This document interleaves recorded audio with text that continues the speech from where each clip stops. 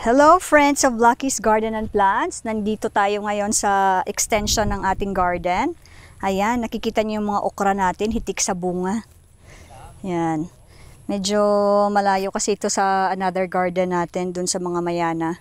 Kaya weekly lang kami pumupunta dito. Ayan o, tita niyo may mga uod yung yung mga uod yung okra. Hindi kasi kami gumagamit ng ng tawag nito, yung mga pesticides. Kaya 100% organic. Ayan, mag-harvest tayo ngayon ng ating mga okra. Ayan, ito oh. Yung mga matatandang okra, gawin na lang nating binhi sa mga next natin na mga tanim. Ayan. Kasi hindi kasi yung okra kasi ang bilis niyang lumaki. Kaya dapat malapit lang to sa inyo kasi araw-araw. Ito mga, ayan. Ang daming. Ito yung common na peste dito sa okra namin. Ayan. Sinisip-sip niyan yung katas ng bunga ng okra. Ayan, ito. Ayan oh. Ito magugulang na to, matatanda na to.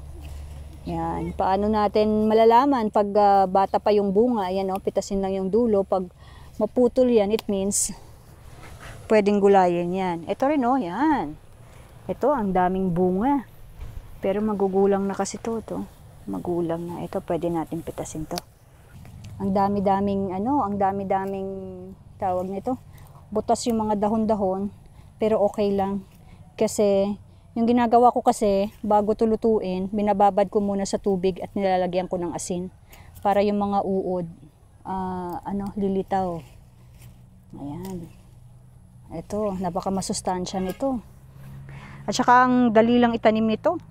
Ang bilis ring tumubo. Pwede itong ilagay sa isda or pwedeng puro lang. Steam lang tapos isawsaw sa kalamansi at saka toyo. Ayan, sarap nito. Ito naman yung roselle kung tawagin nila. Sa amin, ang tawag namin dito ay labog. Ayan. So ito, ginagawa namin tong pang asim.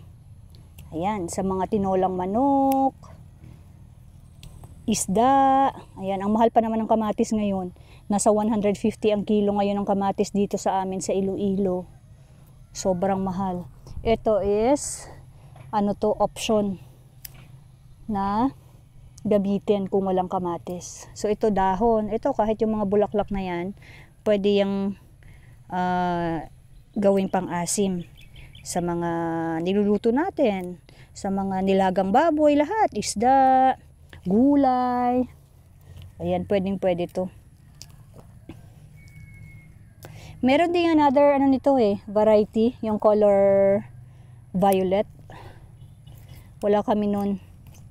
Next time pag meron kaming ayan, tatanim natin to. Ito 2 puno lang to, pero ito oh, tataba ng mga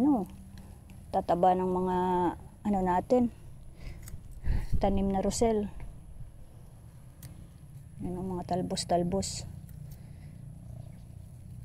Mataba kasi yung lupa dito kaya mabilis din tumaba yung mga halaman natin dito.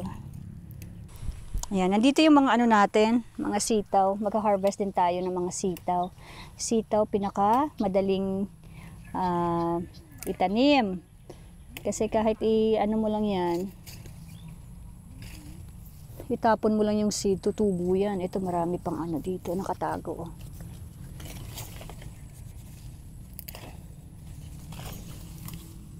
Ang bilis mamunga ng mga sitaw. Dito tayo. Ayan. Marami na nakapag-harvest na kami nito last week. Ayan ang daming bunga.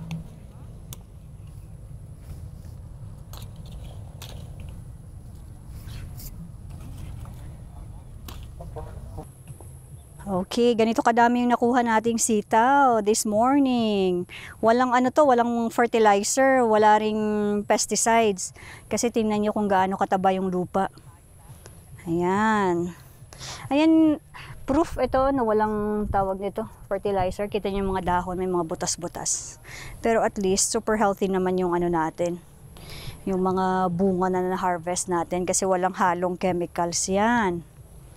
Ito kujapa yung tawag dito. Kulitis na pula or purple. Yan, masarap ito ilagay sa ano, sa isda. Kinamatisang isda, tapos sabawan.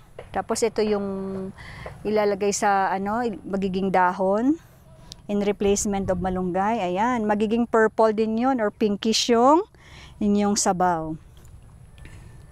Ang bilis lang oh. Last week tinanggalan na namin to ng mga talbos-talbos. Oh, ito. Ganito lang yan. Yan.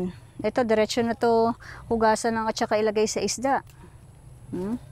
Wala ring ano to, wala ring pesticides. Ayan, nakikita nyo naman oh, ang daming mga butas-butas yung dahon. Pero hayaan nyo na. Kasi, ano lang naman to, personal consumption. So, hindi na kailangan ng mga chemicals dyan. Yan. Ito, yung seed nito, i-spread nyo lang. Tapos hayaan yung tumubo. Ganyan lang kabilis. Tubo ng kulitis na pula. Or purple ba ito? Anong tawag sa inyo? Sa amin, kujapa yung tawag eh. So for now, dito muna tayo focus sa vegetable garden. Siyempre, hindi lang puro bulaklak. Meron din tayong mga gulay-gulay dyan. Hindi naman natin makakain yung mayana. Yan.